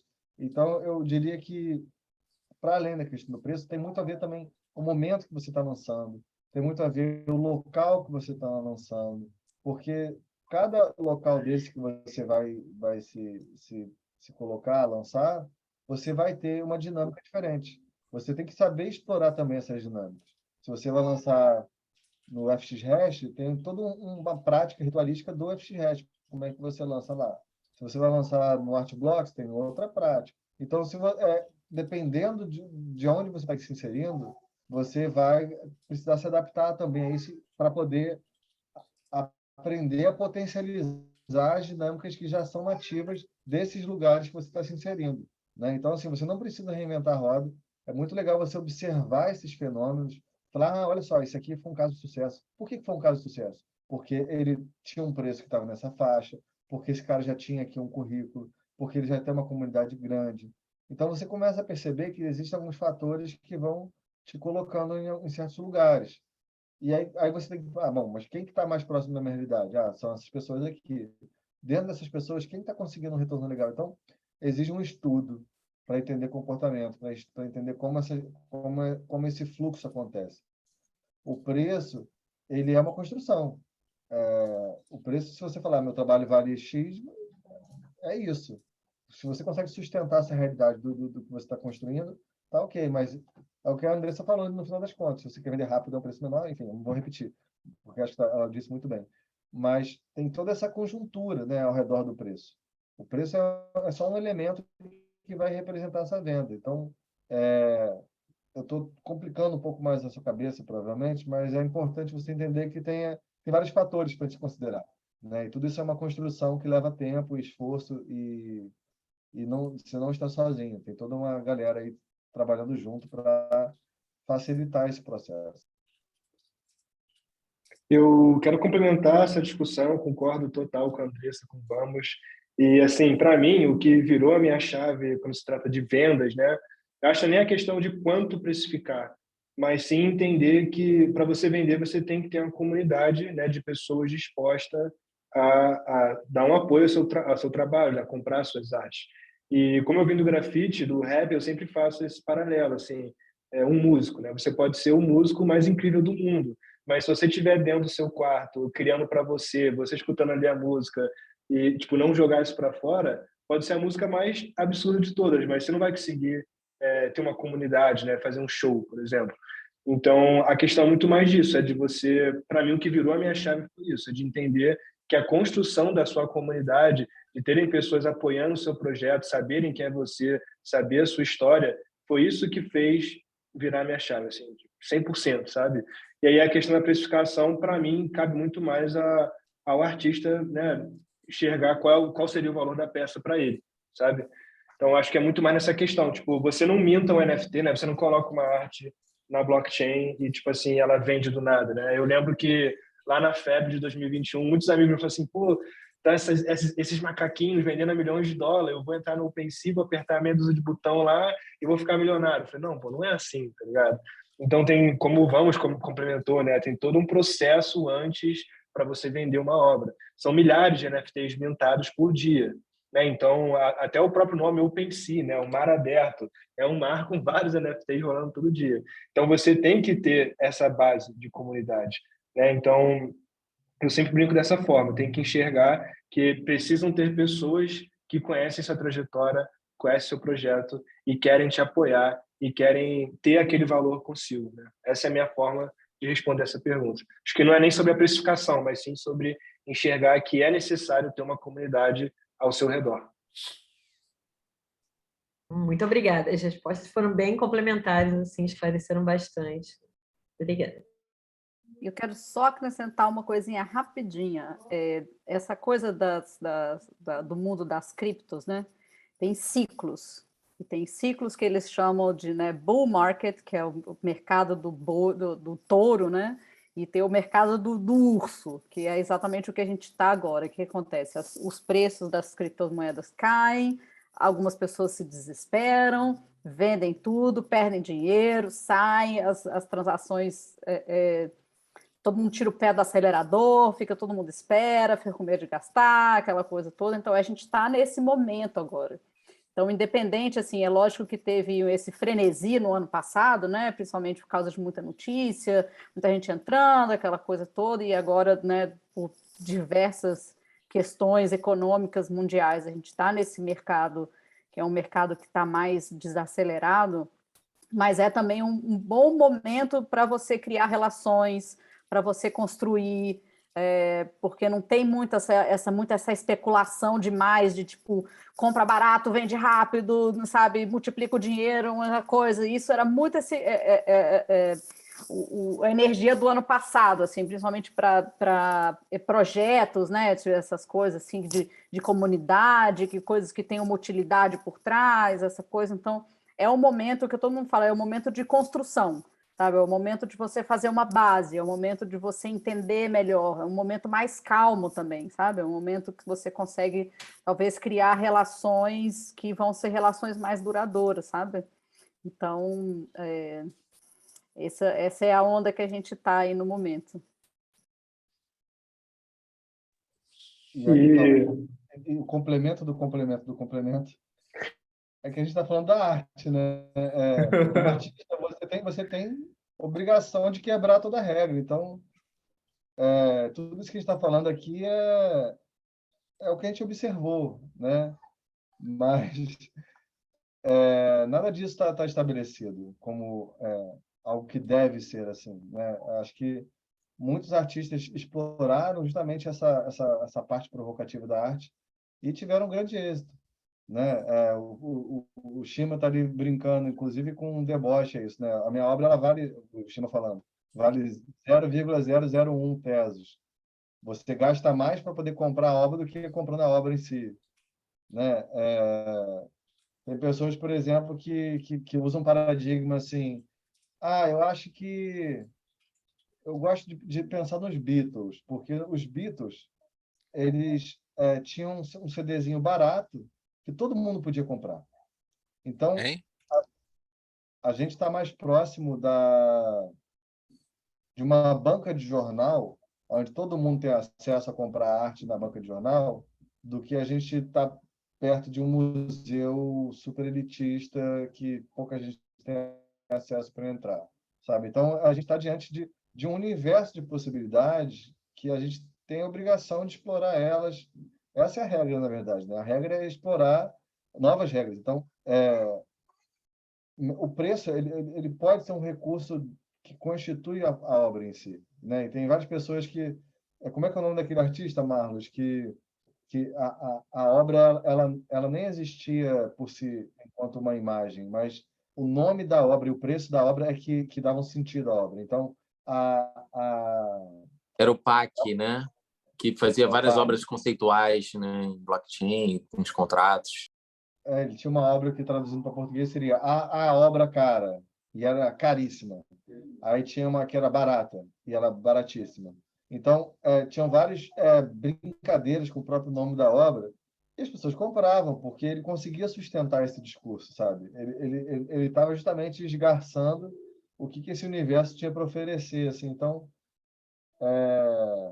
eu acho que a gente podia se libertar um pouco também dessa carga tecnológica, dessa carga de termos e de obrigações de fazer a coisa acontecer, e também brincar mais nisso, sabe? Porque esse processo experimental que a gente se lança nesse universo da arte, e também nos NFTs, possibilita uma coisa de aprendizado, de construção. Você vai aprender a usar isso, você vai se estabelecer, você vai construir comunidade, você vai construir um nome, mas tudo isso dentro de alguma leveza. Senão você acaba se cobrando demais, falando, não, tem que vender, tem que sei que lá. Tenta fluir um pouco mais disso de uma forma mais leve, que isso vai acabar acontecendo também, porque senão a gente fica enrijecido por uma coisa que não precisa ser.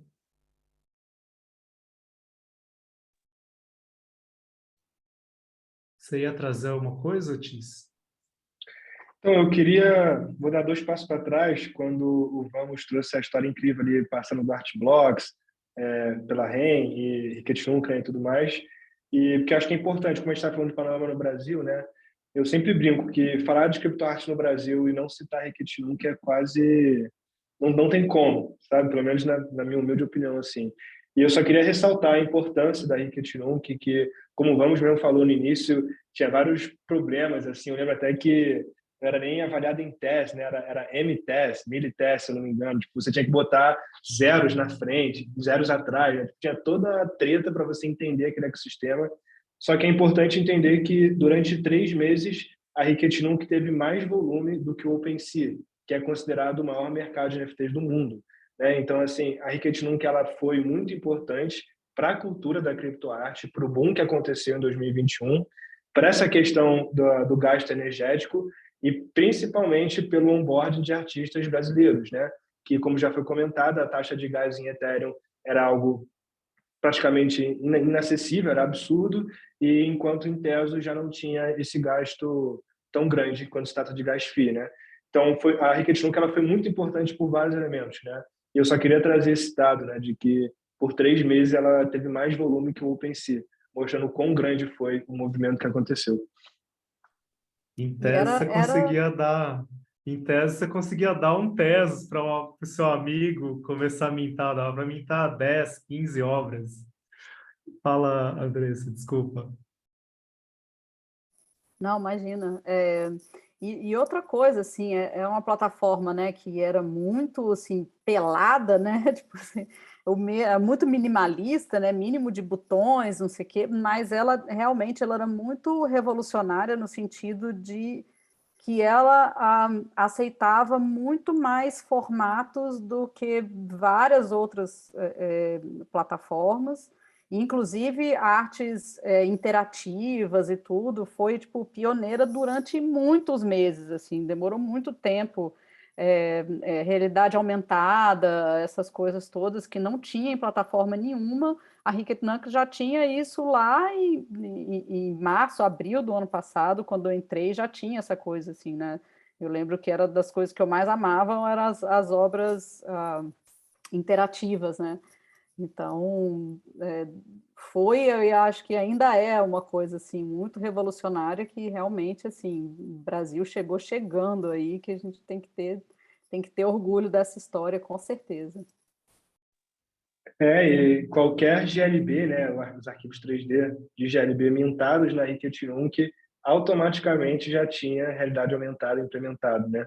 Então, assim, foi algo muito maneiro para a comunidade. Eu que venho de realidade aumentada, era um processo para você hospedar essa experiência, construir a experiência. Na Ricket Nunca, não. O GLB já tinha lá, você entrava pelo celular e já aparecia o ARzinho ali. Então, foi muito maneiro, assim, para essas tecnologias, como o André está falando.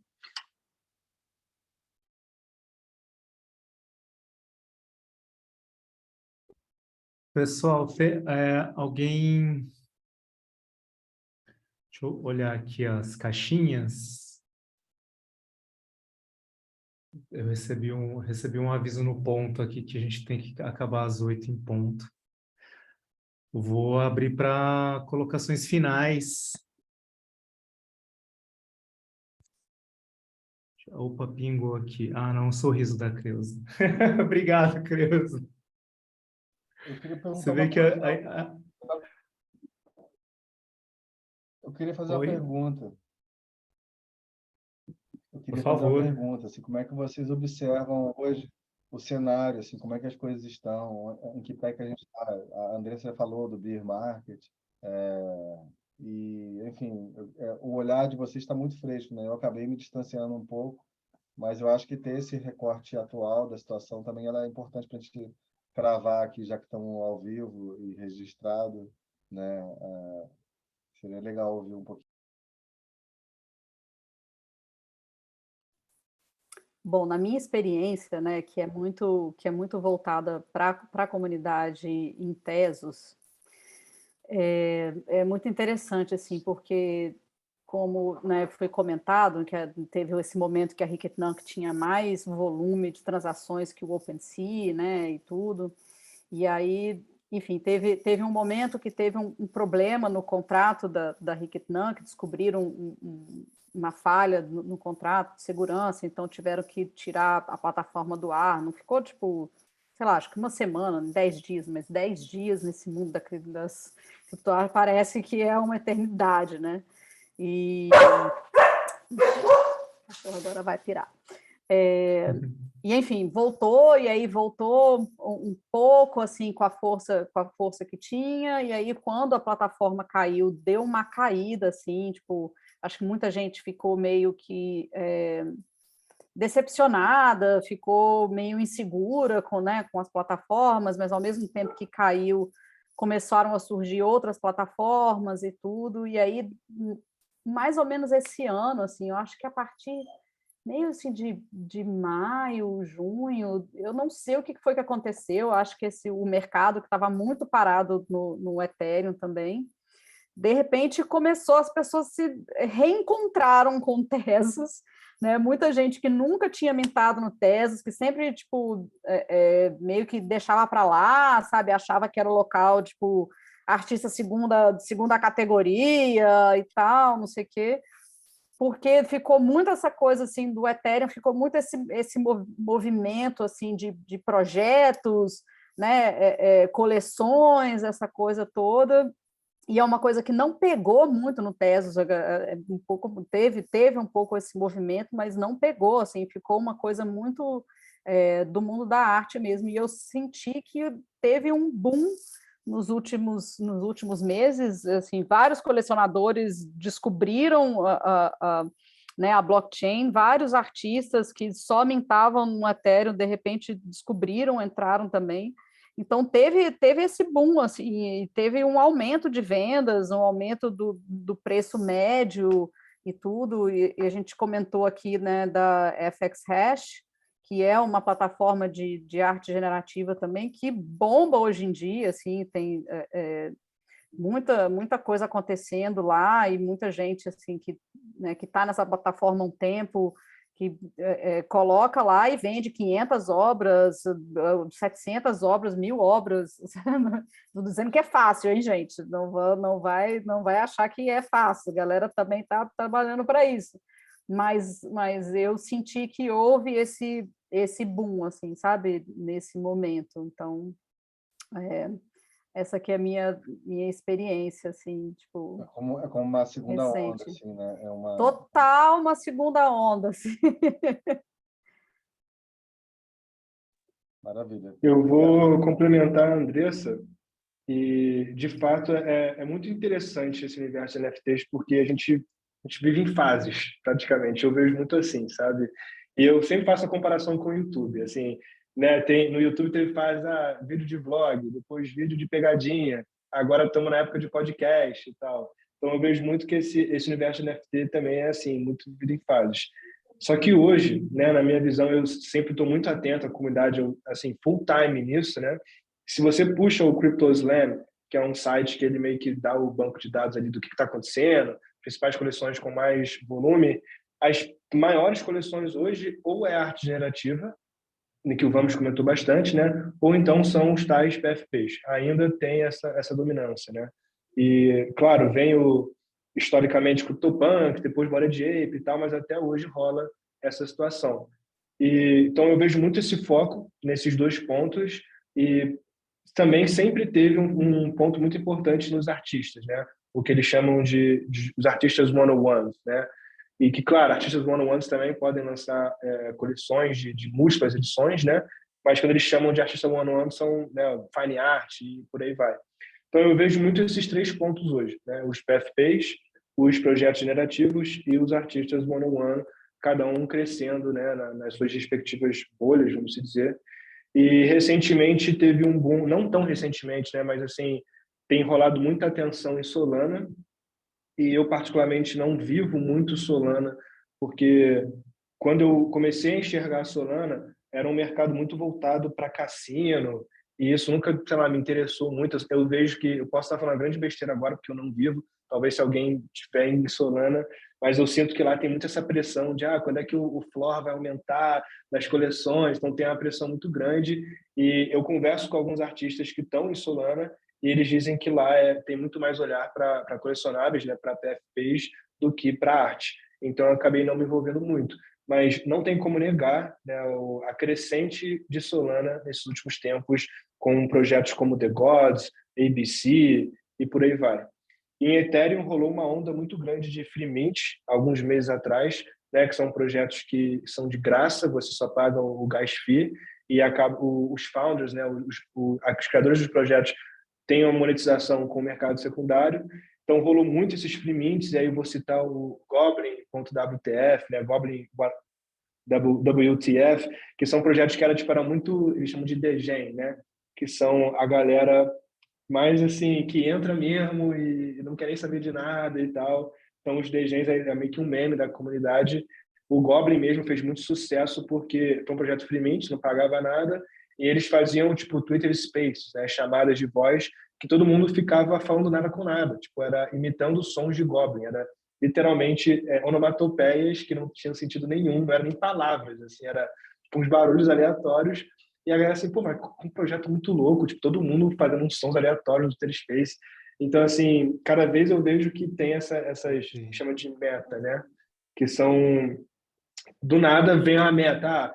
Ano passado teve muito isso, PFP, depois teve os jogos P2E, e esse ano eu tenho visto muito esses experimentos. No início começou muito questão de cassino em Solana.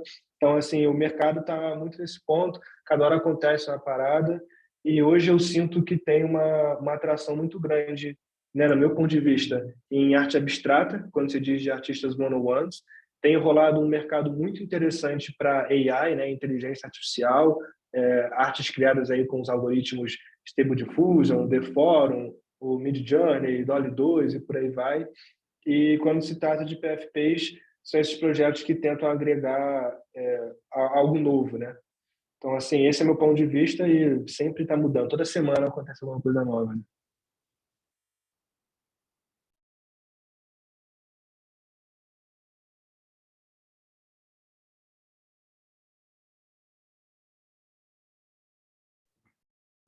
Acho que o Shima caiu, mas ele comunicou que a gente precisa encerrar, então a gente vai ter que ser bem breve, porque o tempo está bem acabando. Então, acho que 1 minutinho para cada um, para a gente poder respeitar o horário que ele tinha dado aqui.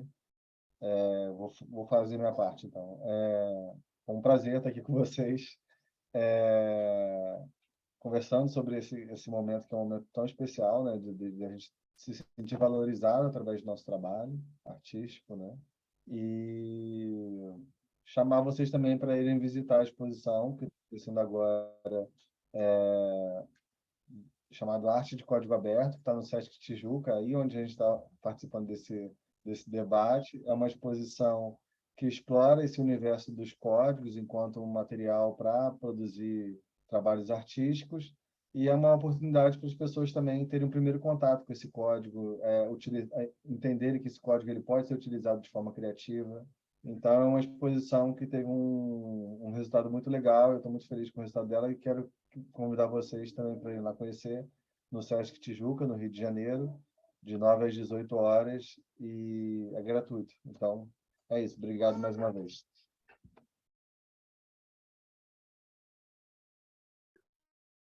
Pessoal, a gente vai caminhando para o encerramento hoje. Quero agradecer a presença da Andressa, do Vamos, do Otis, de todo mundo que pôde comparecer hoje, que está assistindo a gente pelo Zoom, pelo Twitch. Lembrando que começamos o ciclo Roda de Conversa todas as terças, das 6 às 8, das 18 às 20. E semana que vem a gente vai ter arte digital, NFT e inclusão com artistas da Fradal. Dia 11 de outubro, a partir das 6 horas. Não precisa se inscrever, é só chegar. E queria aproveitar o momento do registro, mandar um salve para o Nino Arteiro, que eu acho que muita coisa aqui que a gente conversou gira em torno dele. Né? Numa oportunidade, a gente vai trazer ele para conversar também. É isso, pessoal. Muito obrigado. Boa noite para todo mundo. E até semana que vem. Boa noite, pessoal. Muito obrigada. Boa noite. Prazer. Boa noite, muito bom.